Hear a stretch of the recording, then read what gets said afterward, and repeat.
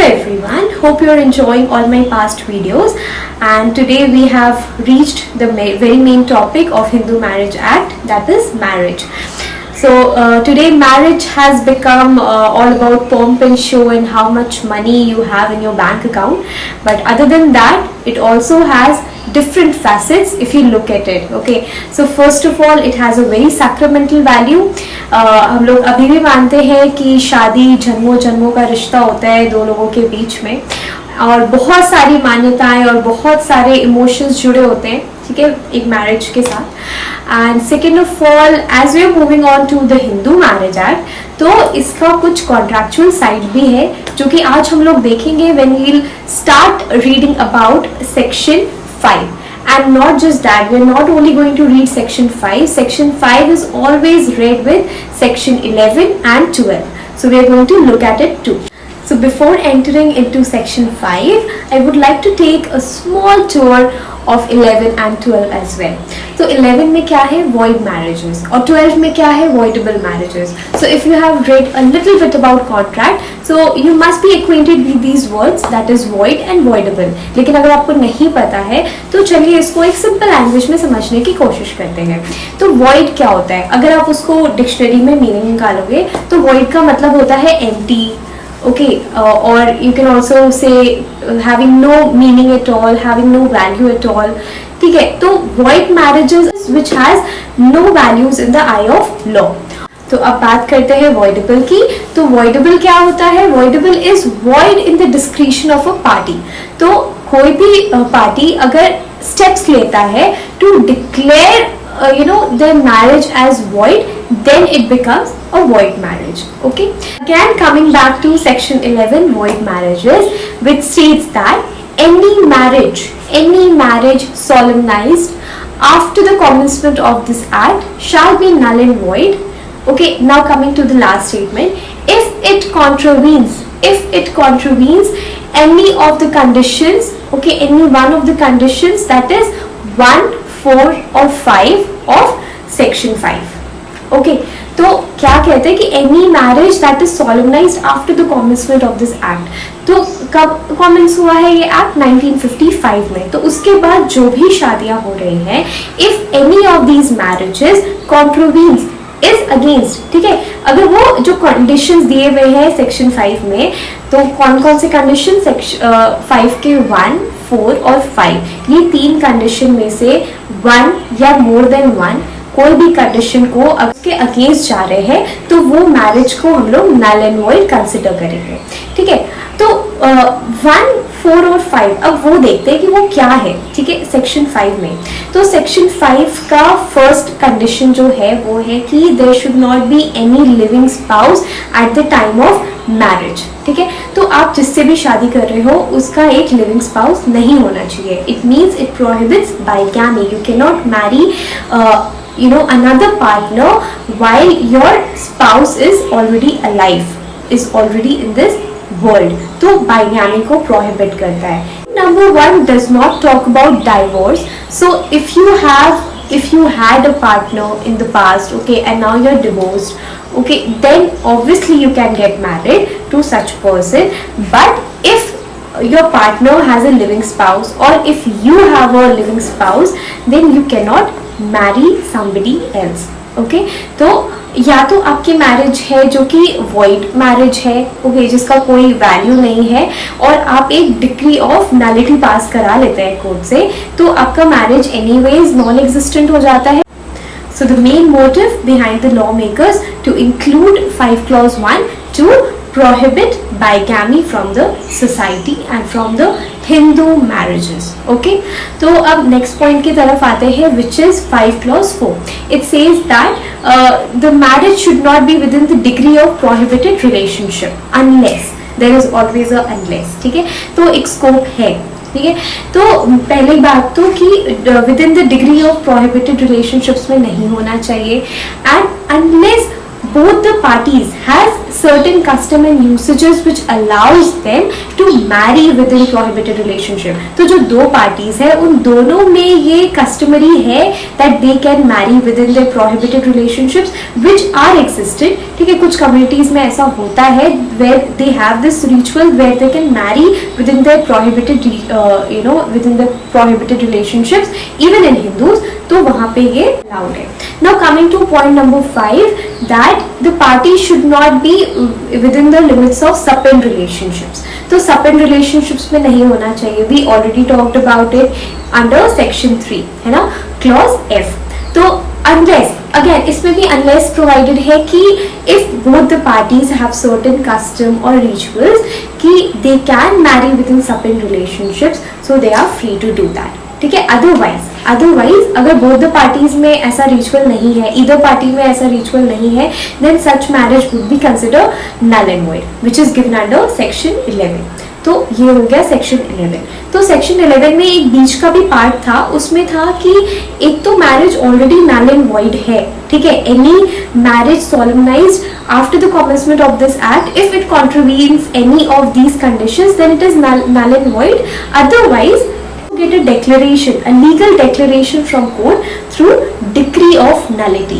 तो कोर्ट जैसे ही वो कंडीशंस देखेंगे कि अच्छा आपका एक ऑलरेडी लिविंग स्पाउस है and even then you have married, ठीक है, या फिर you have married within the सप-इन रिलेशनशिप और you have married within the prohibited relationship, then the court will automatically pass a legal declaration that your marriage is a void marriage. ठीक है, तो ये सारे conditions fall with in void marriages.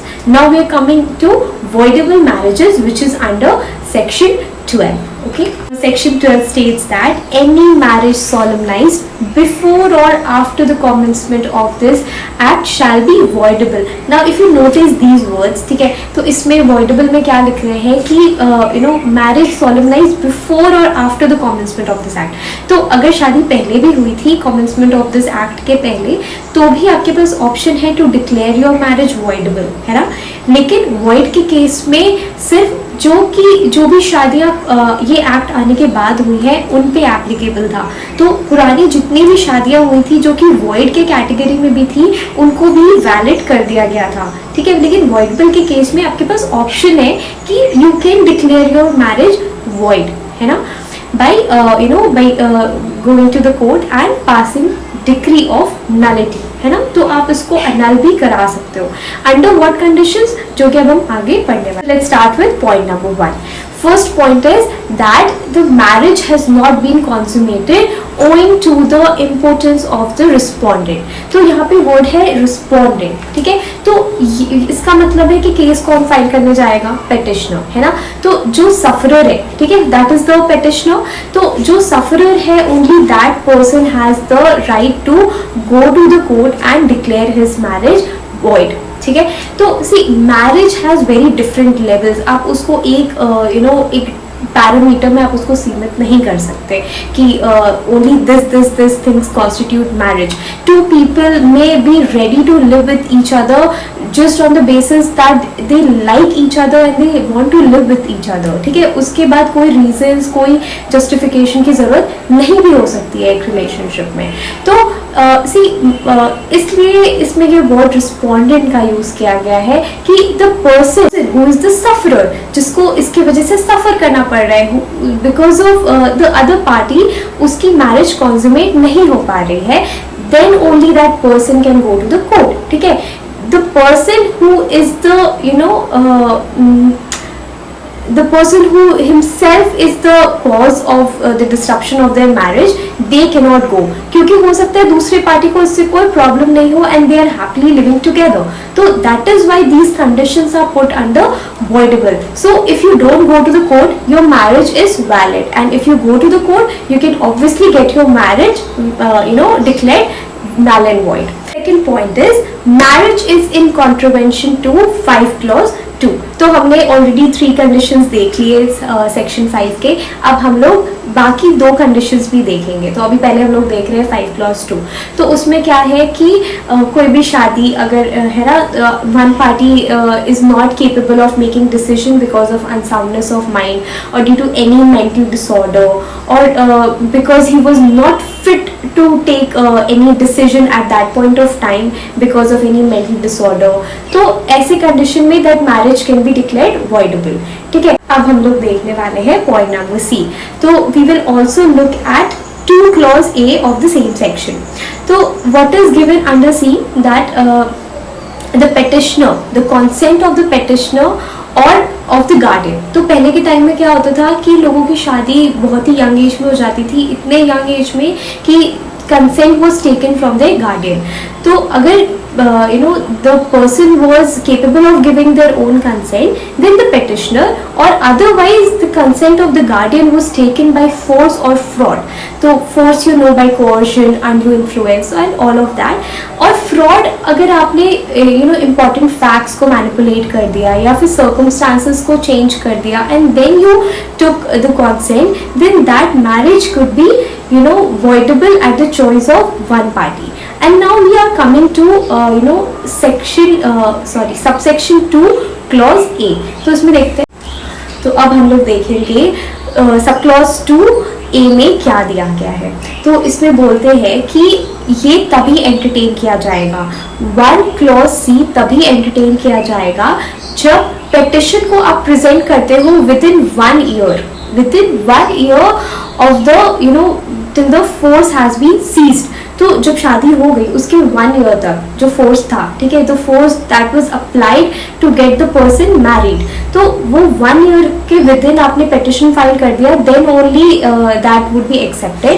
In the other case point number 2 is कि you have started living with that person who applied force to get your consent and now you're living as their partner, as their spouse, and you're living very happily with them.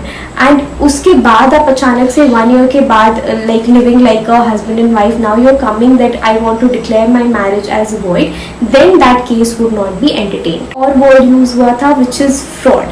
तो fraud discover होने के 1 साल तक आपने नहीं present किया, या फिर fraud discover होने के बाद भी you people are living like husband and wife, and after some time you come to the court and you want to get your marriage nullified, then the court is not going to entertain any such petition.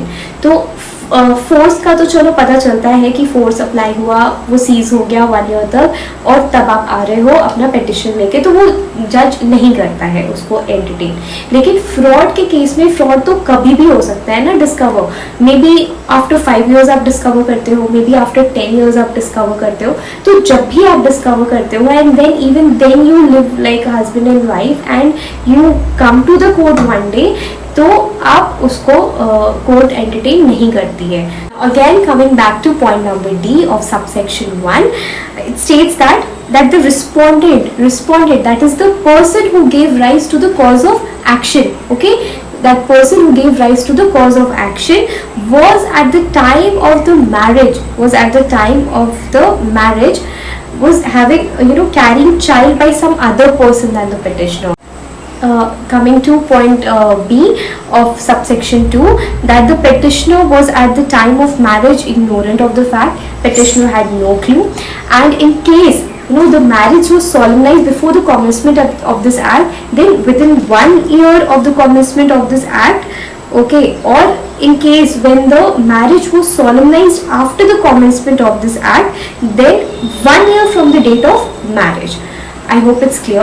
So if the marriage was solemnized before this act came into existence, so whenever the act came into existence, 1 year from that date, okay, and in case the marriage was solemnized after the commencement of this act, so 1 year from the date of marriage, okay, because we read in the beginning itself that in case of voidable marriages, both the marriages before the commencement of this act and after the commencement of this act were prevalent. So the petitioner can reach the court within 1 year of commencement of this act in the case that marriage was solemnized before, and in case the marriage was solemnized after the commencement of this act, so 1 year of the time of the marriage. And the third point, it states that the marital consummation was with the consent of the petitioner has not taken place since the discovery of the petitioner of the existence of the said ground. So the marriage has not been consummated even after the discovery of such a fact, then then the parties can go to the court and get their marriage nullified. Now we are only left with one single point which will describe you how contractual Hindu marriage is. So we are going back to section number 5 and point number 3, which states that both the parties should have attained the age of maturity, which is 18 for girls and 21 for boys. So it is after the lot of discussion and lot of research, the lawmakers come into this conclusion that this is the age where parties have the right set of mind to make decisions for themselves. And even in the contract law also, the parties, they must have 18 years of age to decide whether they are ready to enter into this contract. So this is the sign, this is the element which proves that Hindu marriage is contractual in nature. So that's all for today, and I'll meet you in my next class with the other sections that are coming, and hope you enjoy studying with me. And if you like my video, do like, share and subscribe, and you can also throw some questions if you have. I will also drop my email address below, and you can also send me email and I will surely reply you. Thank you so much.